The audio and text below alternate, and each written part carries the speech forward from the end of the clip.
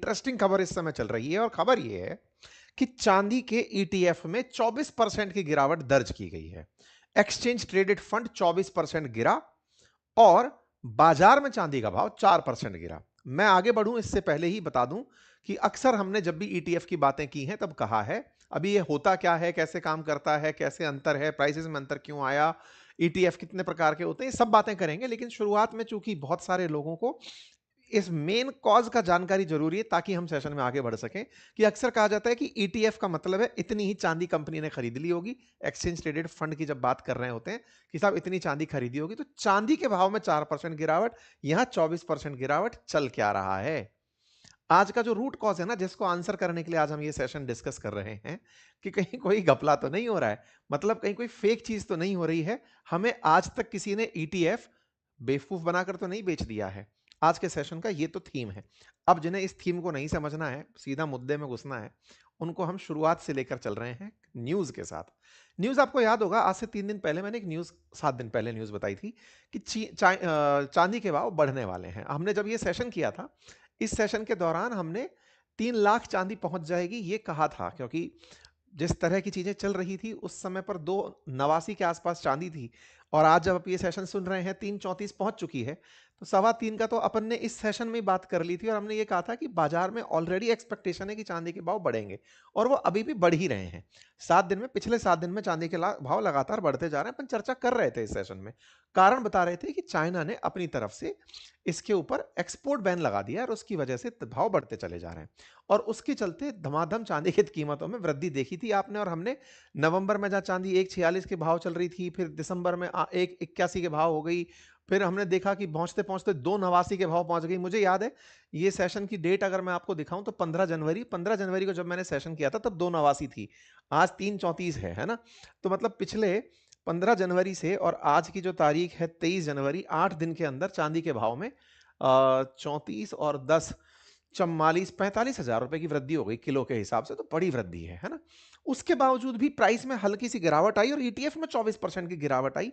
तो दिमाग में लोगों को यह आया कि एक्सचेंज ट्रेडेड फंड्स में गिरावट आ रही है, कहीं कुछ गड़बड़ तो नहीं होने वाली। हमको पता चले बाद में, बाजार के अंदर पता चले कि बाजार इसलिए गिरा था, एक्सचेंज ट्रेडेड फंड पहले ही गिर गया था, उन तक कोई नई सूचना थी क्या। ये सारी बातें आज आपको हम बताने जा रहे हैं। चांदी ऑलरेडी अपने भाव को 3 लाख को 19 जनवरी को ही क्रॉस कर गई थी। ईटीएफ में गिरावट आई है। अब ये ईटीएफ होते क्या है, पहले इसके बारे में भी बताएं। सूचनाओं को पहले देख लीजिए। हेडलाइंस में ईटीएफ की जानकारी है 24% की, और एमसीएक्स में जो अपना जो कमोडिटी एक्सचेंज है उसके अंदर चांदी की कीमतों में 4% की गिरावट देखी गई। ठीक है, कई प्रकार के जो सिल्वर ईटीएफ हैं, चाहे कई प्रकार से, मतलब मेरा कई कंपनियां जो सिल्वर ईटीएफ लेकर आई हुई हैं, जिनमें निप्पॉन इंडिया है, आईसीआईसीआई प्रूडेंशियल है, कोटक सिल्वर है, इन सब के अंदर 19 से 20% की एक गिरावट दर्ज की गई थी। ये एक एवरेज कंपैरिजन है जिनके अंदर प्राइजेस के अंदर मतलब कीमतों में इतनी गिरावट और फिर इनकी कीमतों में इतनी गिरावट दर्ज की गई। यहां पर अगर आप देखें तो यहां पर गिरावट का चार्ट दिखाया गया है एक्सचेंज ट्रेडेड फंड के अंदर। अब ये होता क्या है, हल्का सा इसको समझ लेते हैं। देखिए, एक्सचेंज ट्रेडेड फंड है, जब नाम ही चल रहा है एक्सचेंज ट्रेडेड, एक्सचेंज कौन सा, Bombay stock exchange, national stock exchange, majorly हम इन्हीं दो में ट्रेड कर रहे होते हैं। एक्सचेंज ट्रेडेड फंड मतलब कोई एक ऐसा फंड है जो एक्सचेंज में ट्रेड किया जा रहा है, मतलब पैसा है और उस पैसे के ऊपर ट्रेडिंग हो रही है, उसके भाव और नीचे ऊपर नीचे चल रहे हैं। जैसे आप जैसे किसी कंपनी के स्टॉक को परचेज करते हैं, स्टॉक की कीमतों में ऊपर नीचे भाव वृद्धि और घटा गिरावट आती है, बिल्कुल वैसे ही ईटीएफ का मतलब है कि आपने किसी कंपनी का, मान लीजिए कि एक बार के लिए अपन ने निपॉन का एडवर्टाइज लिया हुआ है, किसी ने टाटा का, किसी ने आईसीआईसीआई का, किसी का भी कोई लिया हुआ है, एक्स वाई जेड उसकी कीमतें हैं, उसकी कीमतों में वृद्धि या गिरावट दर्ज हो रही है और वो आप बाजार के अंदर देख रहे हो। बाजार में कैसे देख रहे हो, लोग खरीदने आए थे तो फिर आपको वृद्धि दिखी, बेचने आए थे तो गिरावट दिखी। अच्छा, खरीदते बेचते कैसे हैं, खरीदते बेचने के लिए लोगों को डीमैट अकाउंट से, जैसे अपन स्टॉक परचेज करते हैं बिल्कुल वैसे ही ईटीएफ के अंदर ट्रेड करना होता है। अब ये डीमैट अकाउंट क्या होता है, हालांकि इस पर हमने डिटेल जानकारी दी हुई है, लेकिन स्टॉक मार्केट के अंदर अगर आपको स्टॉक परचेज करने हैं, ईटीएफ परचेज करने हैं, तो मैंडेटरी है कि आप डीमैट अकाउंट खरीदें, मतलब डीमैट अकाउंट बनाएं, जो कि फ्री ऑफ कॉस्ट होता है। अगर आप भी बनाना चाहते हैं तो मैंने एक लिंक आपको कमेंट बॉक्स के अंदर पिन करके दिया हुआ है, आप वहां से जाकर बना सकते हैं। उसमें कोई शुल्क नहीं लगता है, फ्री ऑफ कॉस्ट है, सरकार की सुविधा है, मतलब सेबी रजिस्टर्ड चीजें हैं ये, जिसके माध्यम से आप ट्रेड कर पाते हैं। अच्छा, तो जब आप ट्रेड कर रहे हैं तो इनके भाव में गिरावट और वृद्धि कैसे आई, तो आंसर है कि लोगों ने डिमांड कम शो की होगी तो गिरावट आ गई। तो डिमांड कम शो की होगी तो बाजार में तो कम शो नहीं हो रही, यहां कम क्यों शो हो रही है? चांदी की कीमत बाजार में तो 4% गिर रही है, यहां 24% क्यों गिर रही है? तो बस आज के सेशन में हम इसको पूरा अच्छे से समझने का प्रयास करेंगे। पहले ईटीएफ में और अंदर तक घुस के ये समझते हैं कि अल्टीमेटली जो फंड है वो उस फंड से होता क्या है। जैसे कंपनी के जब स्टॉक्स होते हैं तो कंपनी के स्टॉक का मतलब है कि उतनी आपके पास कंपनी की हिस्सेदारी है। शेयर का मतलब क्या है? हिस्सेदारी।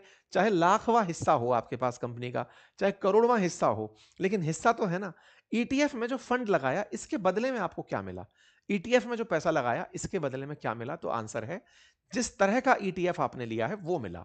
अगर आपने कमोडिटी ईटीएफ लिया है, मान लीजिए कि आपने इसके बदले में सोना चांदी कुछ भी ऐसा ईटीएफ खरीदा है, तो जितना ईटीएफ यानी जो फंड आपने सोना चांदी के लिए लिया है वो फंड हाउस उतनी ही चांदी खरीद के रख लेगा।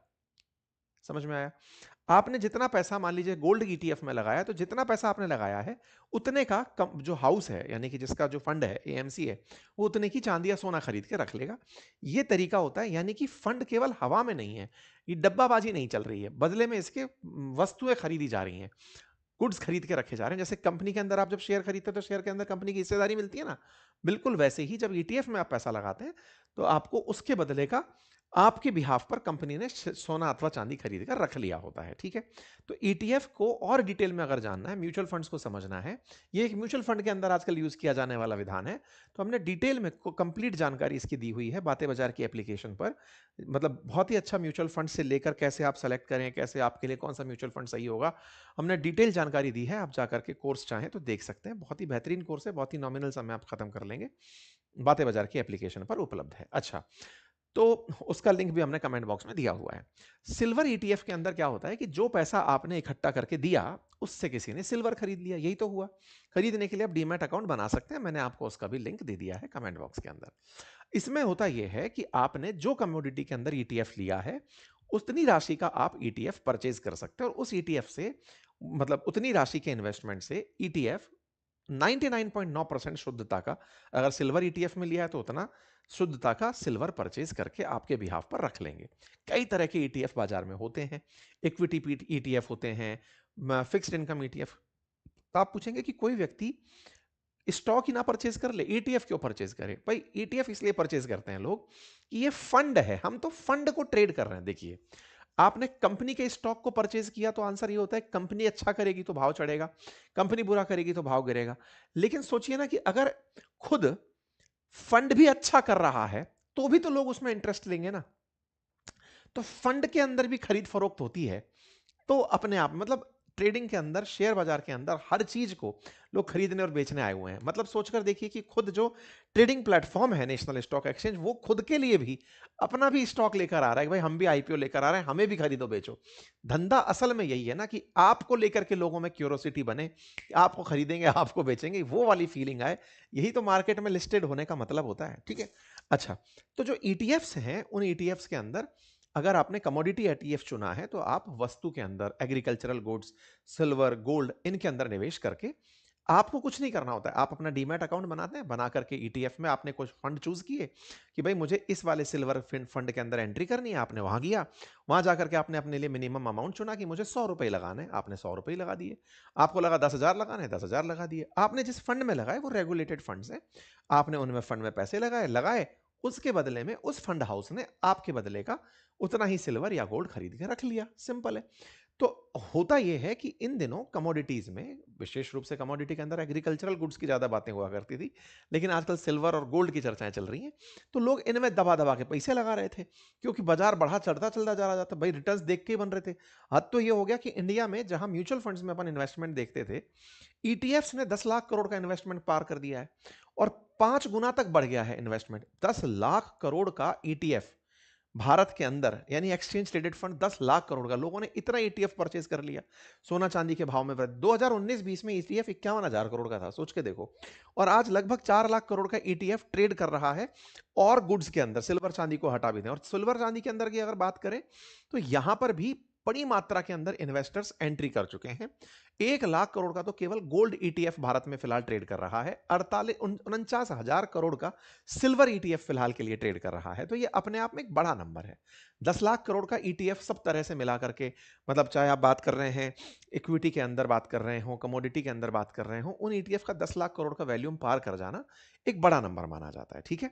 और हाँ, इन ईटीएफ्स के रिटर्न्स भी अगर आप उठाकर देखें तो आपके सामने रिटर्न है।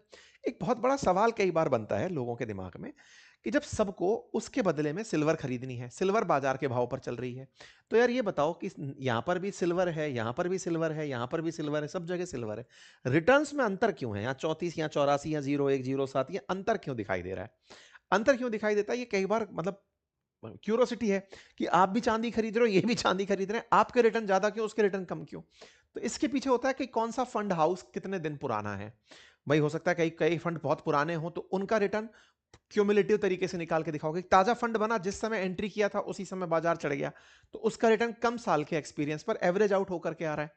दूसरा कारण भी होता है, दूसरा होता है कई बार जो ये फंड है इनके अपने एक्सपेंस रेशो, कुछ एक्सपेंस रेशो ज्यादा लेते हैं, कुछ कम लेते हैं। तो ऐसे में वो जो कारक हैं वो प्रभावित कारक होते हैं। तीसरा, ट्रांजैक्शनल पर्पजेस, जैसे आपने आज बुक किया, इसने सिल्वर आज खरीदा या कल खरीदा, इन्होंने सिल्वर सेम डे खरीदा कि 2 दिन बाद खरीदा, पैसा तो आज ले लिया, 2 दिन बाद खरीदना, हो सकता है 2 दिन बाद फिर भाव बढ़ गया हो तो रिटर्न आपका घट गया। तो ये कुछ ऐसे फैक्टर्स हैं जिसके अंदर हाउसेस का मैनेजमेंट तय करता है कि मैनेजमेंट से मतलब उनकी खुद का उन्होंने कितना अच्छा मैनेजमेंट किया है, उससे रिटर्न्स प्रभावित होने लगते हैं। यही कारण है कि आप ईटीएफ में देखेंगे 3 4 यही नंबर दिखाई दे रहा है, लेकिन फिर भी 1-8% का अंतर भी तो अंतर होता है। तो ये कई बार क्वेश्चन बनता है कि जब सेम ही कमोडिटी परचेज कर रहे हो तो इसमें अंतर क्यों? लेकिन आप कहेंगे हमारा क्वेश्चन ये नहीं है, हमारा क्वेश्चन तो इससे भी बड़ा है। हमारा क्वेश्चन ये है कि जब सेम गुड में डील हो रहा है, बाजार के अंदर 4% कमोडिटी की प्राइस गिरी है, तो ईटीएफ में 24% की गिरावट क्यों है? बेसिक क्वेश्चन का आंसर हमारा तो क्वेश्चन आज का जो है ना डिस्कस होने वाला, वो ये होना चाहिए। बिल्कुल सही बात है साहब। इसके पीछे की कहानी को समझने के लिए हमें थोड़ा सा और डिटेल में चीजें समझनी होंगी। देखिए, आप जब खुले में बाजार में मार्केट में सामान खरीदने जाते हैं ओपन मार्केट के अंदर, तो वो पूरी तरह से उपलब्धता पर निर्भर करता है कि माल है या नहीं। लेकिन ईटीएफ में जब आप परचेज करने जाते हैं तो लिक्विडिटी का खेल आपके हाथ में है, सिंगल क्लिक पे चल रहा होता है, और आपको जो एनएवी एलोकेट होता है वो दिन में एक बार होता है। अब ये क्या कहानी है? ये ऐसे है, समझो। आप बाजार में गए सोना चांदी खरीदने, तो आपने पैसा दिया तो आप हैंड टू हैंड हाथ में सामान लेकर आना चाहेंगे। लेकिन सुबह 9:30 मान लीजिए आप बाजार में एंट्री किए स्टॉक मार्केट में, 9:30 आपने ऑर्डर बुक कर दिया आपकी, भाई मेरे को ये ईटीएफ परचेज करना है, आपने कर दिया। आपको तुरंत चांदी थोड़ी अलोकेट हो गई कि लो भाई चांदी ले जाओ। वो तो आपका फंड है, लेकिन उस फंड में लोगों का इंटरेस्ट देखकर कुछ और भी इन्वेस्टर एंट्री कर गए कि यार ये फंड बढ़िया कर रहा है, हम भी चल इसमें पैसे लगा देते हैं। उनने भी पैसे लगा दिए, फिर कुछ और ने भी पैसे लगा दिए। तो स्पेक्यूलेशंस जो है ना वो उसको ऊपर चढ़ाती चली जा रही हैं कि यार ये अच्छा दे रहा है, अच्छा रिटर्न दे रहा है। और लोग ये भूल जाते हैं कि ये अल्टीमेटली एनएवी तो शाम को जाके बताएगा कितनी एनएवी ली मैंने, लेकिन इस बीच में स्पेक्यूलेशन ने उसको बहुत ऊपर चढ़ा दिया होता है, कल्पनाओं ने, डिमांड ने। इसी कारण से होता क्या है, ये बहुत बड़ा पॉइंट है, स्पेक्यूलेटिव प्रीमियम प्रीमियम अनवाइडनिंग, कि ओरिजिनल कीमत के वर्सेस जो आपने कल्पना करके उसका भाव बढ़ा दिया है कि ये तो इतने का बढ़ रहा है, इतने लोग चाहते हैं, चलो अपन और बढ़ा देते हैं, उसके ऊपर जो ट्रेडिंग करने लग जाते हैं लोग बाग, उसे रियल से अनरियल बना देते हैं। और जब उसका ट्रेड उसको अनरियल बनाने निकलता है तो मार्केट करेक्शन की तरफ दौड़ता है। आप सोचकर आश्चर्य करेंगे, बाजार के अंदर अगर 1 आउंस यानी 28 ग्राम चांदी का भाव 90 से $93 के आसपास चल रहा है, तो इंडिया में स्पेक्युलेटिव प्राइसिंग से उसको $160 तक पहुंचाया हुआ है। मतलब इंडिया में माहौल बना बना करके चांदी का भाव $14 तक ऊपर चढ़ाया हुआ है। क्या कहिएगा इसे? मतलब हम लोग बस ये बढ़िया है तो बढ़िया है तो चलो इसके पीछे दौड़ जाते हैं। तो ये जो बाजार के अंदर बाजार से प्राइजेस का लगभग $13 का जो अंतर है ना, इस अंतर ने बाजार को वापस से रीएडजस्ट किया है ईटीएफ में कि सुनो ये जो तुमने माहौल चढ़ा रखा है ना, इसको पहले नीचे लेकर आओ। दूसरा मतलब ये स्पेक्युलेटिव प्रीमियम हटाओ। दूसरी बात क्या है, एक बजट को 1 फरवरी को बजट आ रहा है और उस समय लोगों को लग रहा था कि जिस तरह चांदी की डिमांड बढ़ती जा रही है, सरकार का बहुत ज्यादा पैसा खर्च हो रहा है, कहीं ना कहीं चांदी की कीमतें गिराने का सरकार प्रयास करेगी। तो क्या पता सरकार इंपोर्ट ड्यूटी कम कर दे, उससे क्या होगा, हालांकि सरकार की आय कम होगी, लेकिन कम से कम हो सकता है चांदी की कीमतों में कमी आए और लोग बाहर, देश के बाहर डॉलर कम भेजें। भाई आप होता क्या है ना, आप जिस चीज को खरीद रहे हैं, चांदी हम पैदा तो कर नहीं रहे ना, हम सौदा सोना निकाल रहे हैं, चांदी और सोना हम इंपोर्ट कर रहे हैं, उसके नाम पर हमारा डॉलर बाहर भाग रहा है। हम गुड्स खरीद रहे हैं लेकिन डॉलर जेब से बाहर निकल रहा है, तो हमारे पास अल्टीमेटली फॉरेक्स रिजर्व पर असर पड़ता है। तो ऐसे में इंपोर्ट ड्यूटी घटाने की कवायद चल रही थी, मतलब थॉट चल रही थी कि सरकार ऐसा कर सकती है, इंपोर्ट ड्यूटी कम कर सकती है। ये लगातार उम्मीदें बन रही थी। इसके चलते लोग क्या कर रहे थे, यार अभी खरीद लो, बाद में मतलब पैसा और बढ़ेगा। लेकिन उसके अंदर स्पेकुलेशन टूट गए, कहीं से इनसाइडर इंफॉर्मेशन आ गई कि सरकार इंपोर्ट ड्यूटी नहीं घटा रही है। तो उस बाजार के अंदर जो चांदी के बड़े बड़े डीलर्स थे, उन्होंने खट से बिकवाली कर दी कि यार कोई मतलब नहीं है, कुछ नहीं होने वाला, ठीक है। और ये जो लेवरेज के कारण, मतलब फिर वही वाली बात, जब बाजार गिर रहा होता है ना, तो फिर वो लोग जो इनको लगता है कि यार ऑलरेडी भाव हमने, चांदी का बाजार नहीं गिरा है, स्पेक्युलेटिव प्रेम्पटिव जो प्राइस प्राइस चला गया था ना ऊपर आसमान में, कि जो 93 का भाव है उसको 104 पहुंचा दिया है, वो जो अंतर कर दिया था वो धड़ाम से नीचे आया है, ठीक है। उसका परिणाम निकलकर यहां आ रहा है। तीसरा, वैश्विक रूप से ट्रंप थोड़े पिछड़े हैं फिलहाल, ईरान पर कुछ कर नहीं पाए, ग्रीनलैंड पे भी पलटी मार गए। तो उनका जो एग्रेशन था, जिससे कि लोगों के अंदर ये था कि पता नहीं भविष्य में क्या होगा, चलो कुछ प्रीशियस मेटल खरीद लेते हैं, क्योंकि बाजार बहुत स्पेक्यूलेशंस पर चलता है। तो लोगों ने ट्रंप के नजरिए में हुए बदलाव से भी बाजार में थोड़ी राहत पाई है कि अरे अभी तो फुस्सी हो गया, ये कोई मतलब नहीं है। इस वजह से ईटीएफ का एनएवी अचानक नीचे आया और इसकी वजह से मार्केट के अंदर गिरावट आई। फिर आप कहेंगे वाह, इसका मतलब ओरिजिनल प्राइस तो चांदी की अभी भी अच्छी ही है। हाँ, 334 पे ट्रेड कर रही है, 3,34,000 पे। तो फिर तो फिर भाई साहब, आज जब ट्रेड शुरू हुआ तो लोगों ने फिर से इंटरेस्ट शो किया और आज ही आज में बाजार 10% इंक्रीज हुआ। तो मतलब ये हुआ कि वो डिप लेके करेक्शन पर आया था चांदी का बाजार, ठीक है। तो ऐसे में मार्केट के अंदर जो चांदी का भाव है, उसमें वापस से 3,34,000 आज का भाव है ये, और यहां पर आज बुलियन के अंदर चांदी का भाव चल रहा है, ठीक है। अब सवाल बनता है, 24% गिरा बाजार, 4% गिरा था, अंतर समझ में आ गया कि स्पेकुलेशन था, फिर से 10% चढ़ गया, अभी भी 6% का मार्जिन है, क्या और उपलब्धि मिल सकती है। देखो, थॉट तो आपकी सही जगह जा रही है, पर मैं आपको फिलहाल ये एडवाइस दे नहीं सकता, मर्जी आपकी, आपका रिसर्च है, मैंने आपको जानकारी दे दी है, ठीक है। रिसर्च के समय जो और रिसर्च करने वाले लोग हैं, काफी सारे ग्रुप्स हैं, ब्रोकिंग साइट्स हैं, उनका मानना है कि आप डिप पर परचेज करें। मतलब जब आपको दिख रहा है कि बाजार गिरा हुआ है, उधर बाजार दिख रहा है उठा हुआ है, तो ऑटोमेटिक वो तो वापस जाएगा। तो इस वजह से यहां पर फिलहाल के लिए चर्चाएं बनी हुई हैं। उम्मीद है कि आपको जानकारी पसंद आई होगी। बाकी आप लोग इस विषय पर क्या सोचते हैं, अपनी राय जरूर कमेंट बॉक्स में रखें। मैंने आपको फ्री डीमैट अकाउंट